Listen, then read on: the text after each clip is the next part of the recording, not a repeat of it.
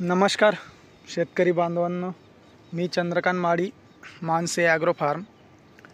आज व्हिडिओ बनवण्याचा मुद्दा म्हणजे उत्तर महाराष्ट्र सगळीकडे तर आहेच पाऊस, परंतु काल दिवसभरात आणि रात्री जो भयानक पाऊस झाला अवकाळी, तर याचं इतर पिकांवर होणारा परिणाम आणि फळबागेवर पेरू शेतीवरही अवकाळी पावसाचं काही नुकसान होतं का? अवकाळी पावसामुळे पेरू शेतीला झटका बसतो किंवा काय नुकसान होतं किंवा नाही होत?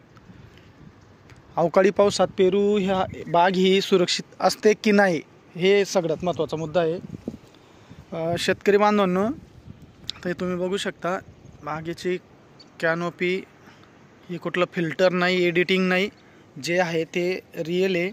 मोबाईलही आपल्याकडे काही मोठा ॲपल नाही, एक MIचा एकदम साधा फोन आहे। मग ती कंडिशन ह्या लेवलला सगळं चालू आहे सेटिंग, तुम्ही बघू शकता। काही कडी पण आहे, अजून खूप चांगली चमकदार फळं पण आहेत।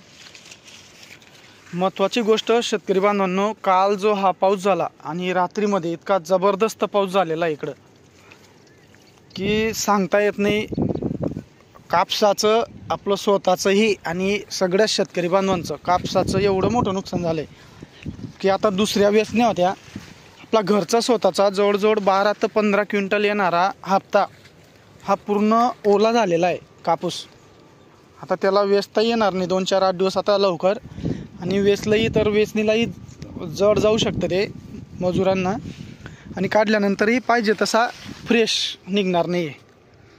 तर ते ह्या सगळ्या गोष्टी म्हणून शेतकरी काय करणार आहे? एक तर मजूर नाही भेटत, मजूर भेटलं नाही त्यामुळं लांबलं, मजूर न भेटल्यामुळं वेचणी लांबली, आणि त्याच्यात हा ऐन वेळेस आलेला पाऊस।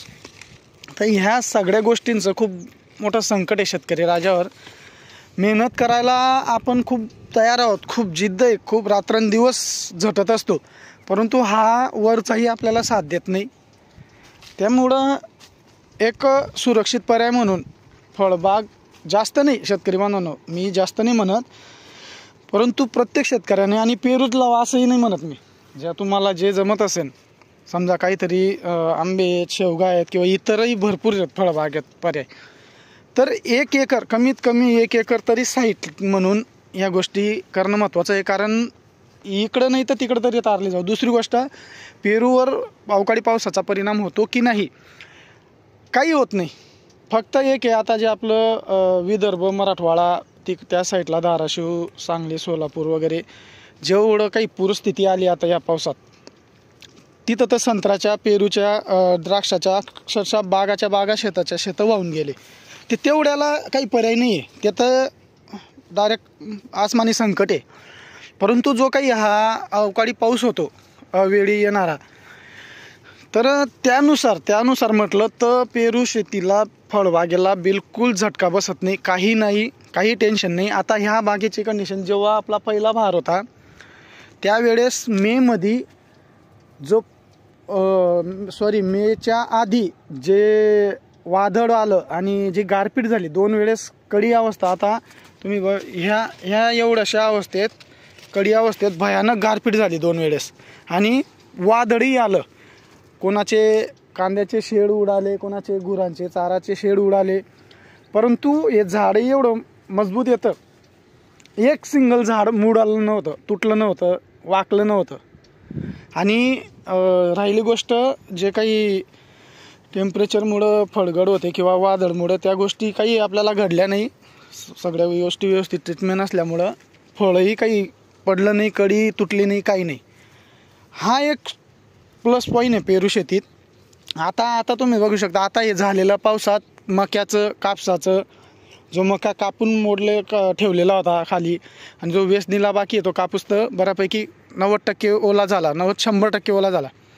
परंतु आता हे तुम्ही बघू शकता। दुसरी गोष्ट शेतकरी बांधवांना, आपण पेरू शेती करत असताना शेताचा कमीत कमी 6 ते 8 इंचाचा उतार तयार करूनच, ऑलरेडी ज्यांच्या जमिनी तशा असतील उतारवाल्या तर काही अडचण नाही, पण जर प्लेन असेल तर थोडंफार तयारी करूनच करा। कारण याच्यात एक महत्त्वाचा विषय, पाणी हे आलेलं, पावसाचं आलेलं पाणी हे शेतीत थांबता कामा नये, थांबायला नको आहे. आता हे काल दिवसभरातही रात्रीमध्ये इतका भयानक पाऊस झालेला आहे, परंतु हे तुम्ही बघू शकता आपली जमीन इतकी हलकी आणि मुरमाळी. आता मी याच्यात चालतोय, एकदम थोडेफार माती लागते पायाला, हे जास्त काही नाही. आणि पाणी आपलं अर्धा तासही थांबत नाही अशा ठिकाणी आहे. त्यानंतर दुसरी गोष्ट, आपल्याकडं फळबागच नाही आहे, जवळजवळ गावातही नाही आणि तालुक्यातही ठराविकच सापडते. लावणी करताना हे जे शेती जवळपासचे आपले जे शेतकरी बांधव होते, की त्यांचं म्हणणं होतं, सांगायचे आपल्याला की इथं शक्य नाही आहे, तुम्ही इथं झाडच वाढणार नाही अशा जागेत लावता. इथं अक्षरशः कडक मुरुम आहे, खडक आहे, त्याच्यावर तयार केलेलं शेत आहे, इथं झाड डेव्हलप होणार नाही. परंतु मला स्वतःलाही आणि पप्पांनाही आपल्याला मग गॅरंटी होती, माहीत होतं की पेरूला कशी जमीन लागते.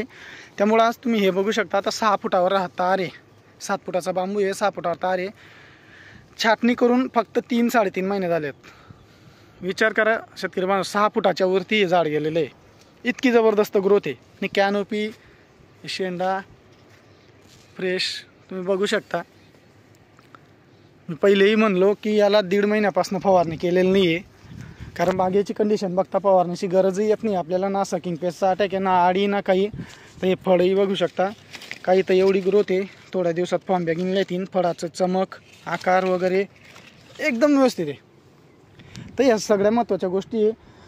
थोडाफार झालेल्या अवकाळी पावसाचं पेरू शेतीला काही परिणाम होत नाही, काही टेन्शन नाही. फक्त जमिनीचा उतार म्हणा किंवा जमिनीची निवड, त्यानंतर तुमचं बेड भरणी वगैरे, जमिनीचा प्रकार व्यवस्थित निवडा, ह्या गोष्टी सगळ्या महत्त्वाच्या आहे. बाकी जे काही आपण ड्रीप स्प्रे मॅनेजमेंट करत राहतो, तर त्यानुसार आता समजा एक साधारण गोष्ट, आता पावसाळा चालू आहे, पावसाळ्यात बुरशीनाशक वापरत असताना शेतकरी बांधवांनो कधीही कॉन्टॅक्ट वापरा. सिस्टमॅटिक सहसा फवारणीत वापरू नका. कॉन्टॅक्ट फंगीसाईड हे पावसाळ्यात वापरणं, हे बेसिक गोष्टी आहेत. म्हणून जर काही पेरू शेती करत असाल शेतकरी बांधवांनो, तर व्यवस्थित तपास करा, निर्णय घ्या, चांगल्या ठिकाणाहून माहिती घ्या आणि मग त्या गोष्टी करा. प्रॉपर माहिती घेऊन केलेल्या गोष्टी नंतर अडचण येत नाही, व्यवस्थित राहता. आणि अचानक डायरेक्ट कोणतीही केलेली गोष्ट ही थोडी नुकसानदायक ठरत असते. ठीक आहे, लागवड करत असाल तर मानसी ॲग्रो फार्मला संपर्क साधा. धन्यवाद शेतकरी बांधवांनो.